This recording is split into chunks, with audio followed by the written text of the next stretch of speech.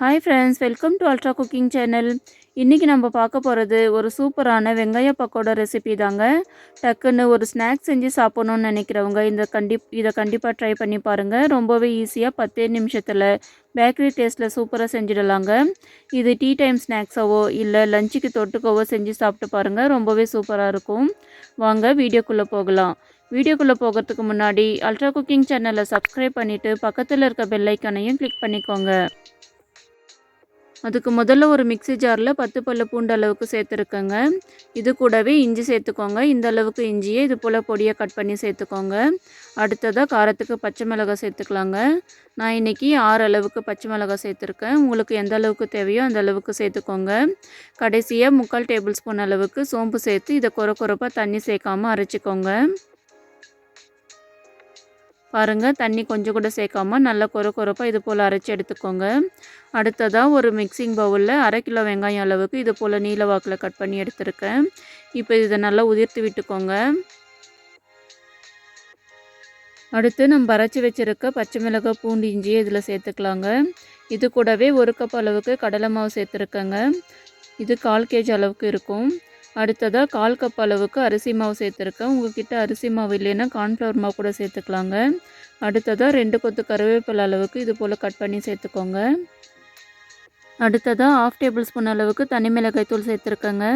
ஏற்கனவே பச்சை மிளகாவும் சேர்த்துருக்கு, அதனால் காரத்துக்கு தகுந்த மாதிரி பார்த்து சேர்த்துக்கோங்க. அடுத்து 1/4 டேபிள் ஸ்பூன் அளவுக்கு உப்பு சேர்த்து கடைசியாக 1 டேபிள் ஸ்பூன் அளவுக்கு காய்ச்சின எண்ணெய் சேர்த்துக்கோங்க. இது போல் காய்ச்சின எண்ணெய் சேர்க்கும்போது பக்கோடா நல்லா கிறிஸ்பியாக மொறுமொறுன்னு இருக்குங்க. இப்போ இது கொஞ்சம் கூட தண்ணி சேர்க்காமல் நல்லா மிக்ஸ் பண்ணி விட்டுக்கோங்க. நம்ம சேர்த்து இருக்க வெங்காயத்துலேருந்தே தண்ணி நல்லா விட்டு வருங்க. அதனால எக்ஸ்ட்ரா எதுவும் தண்ணி சேர்க்காதீங்க, அப்புறம் போண்டா பஜ்ஜி மிக்ஸ் மாதிரி ஆகிடும். ரொம்ப ட்ரையாக இருந்தால் மட்டும் லைட்டாக தெளித்து விட்டுக்கோங்க போதும். பாருங்கள், கொஞ்சம் கூட தண்ணி சேர்க்காமல் எந்த அளவுக்கு நல்லா மிக்ஸ் ஆகி வந்திருக்கு. பக்கோடாவுக்கு இப்படி தாங்க இருக்கணும். வாங்க இதை இப்போ பொரிச்சு எடுத்துக்கலாம். இதை பொரிக்கிறதுக்கு முன்னாடி எண்ணெய் நல்லா காஞ்சிருக்கணுங்க. இப்போ இதை கையில் எடுத்து இது போல் அழித்து விட்ட மாதிரி போடுங்க. அப்போ தான் பக்கோடா மாதிரி கிடைக்கும். நீங்கள் ரவுண்டாக அப்படியே உருண்டை எடுத்து போட்டிங்கன்னா அது போண்டா மாதிரி இருக்குங்க. அப்புறம் சாப்பிட பக்கோடா மாதிரி இருக்காது. இது போல் மாவை எண்ணெயில் விட்டதுக்கு அப்புறமா ஃப்ளேமை மீடியம் பண்ணிவிடுங்க. ரொம்ப ஹை ஃப்ளேமாக இருந்துச்சுன்னா ஈவனாக வெந்து வராதுங்க. பாருங்கள், ஒரு பக்கம் நல்ல கலர் வந்திருக்கு. இப்போ இதை திருப்பி விட்டுக்கலாம்.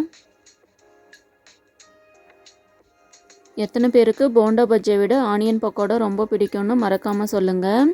அடியில் நிற்கிற அந்த வெங்காயம் சாப்பிடும்போது அவ்வளோ கிறிஸ்பியாக சூப்பராக இருக்குங்க. அவ்வளோதாங்க, பக்கோடா நல்லா கிறிஸ்பியாக மொறுன்னு நல்லா பொரிஞ்சிருக்கு. பாருங்கள், நீங்கள் பார்க்கும்போதே தெரியும் வெங்காயமெல்லாம் நல்லா கிறிஸ்பியாக பொரிஞ்சிருக்கு. இப்போ இதை வெளியே எடுத்து பிளேட்டுக்கு மாற்றிக்கலாங்க.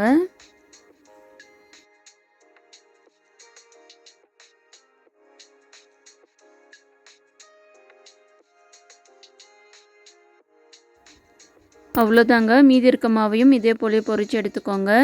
நீங்கள் பக்கோடா செய்யும்போது நான் சொன்ன டிப்ஸ் எல்லாம் யூஸ் பண்ணி செஞ்சு பாருங்கள். உங்களுக்கும் கண்டிப்பாக பேக்கரி ஸ்டைலில் ரொம்பவே சூப்பராக மொறுன்னு கிடைக்கும். நீங்கள் அடிக்கடி பேக்கரியில் பக்கோடா வாங்கி சாப்பிட்ற ஆளாக இருந்தால் நீங்கள் வீட்டில் செஞ்சு இது போல் ஹெல்த்தியாக சாப்பிடுங்க. நீங்கள் கடையில் வாங்கி சாப்பிடும்போது சுட்டு எண்ணெயில் சுட்டு ரொம்ப பழசான எண்ணெயில் சுட்டு இருப்பாங்கங்க. அது உடம்புக்கு ரொம்பவே கேடானது, அதுவும் இல்லாமல் கேஸ்ட்ரிக்கும் ஆகிடும். இது போல் ஹெல்த்தியாக வீட்டிலே 10 நிமிஷத்தில் ரொம்பவே ஈஸியாக செஞ்சிடலாங்க. நீங்களும் இதே போல் செஞ்சு பார்த்துட்டு எப்படி இருந்துச்சுன்னு மறக்காமல் கமெண்ட் பண்ணுங்கள். இப்போ கடைசியாக ஒரு கொத்து கருவேப்பிலையை இது போல் பொரித்து எடுத்துக்கோங்க.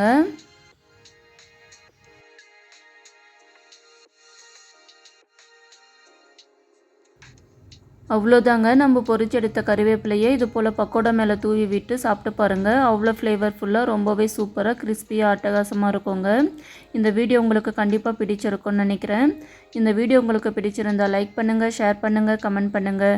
கூடவே அல்ட்ரா குக்கிங் சேனலை சப்ஸ்கிரைப் பண்ணிவிட்டு பக்கத்தில் இருக்க பெல் ஐக்கானையும் கிளிக் பண்ணிக்கோங்க.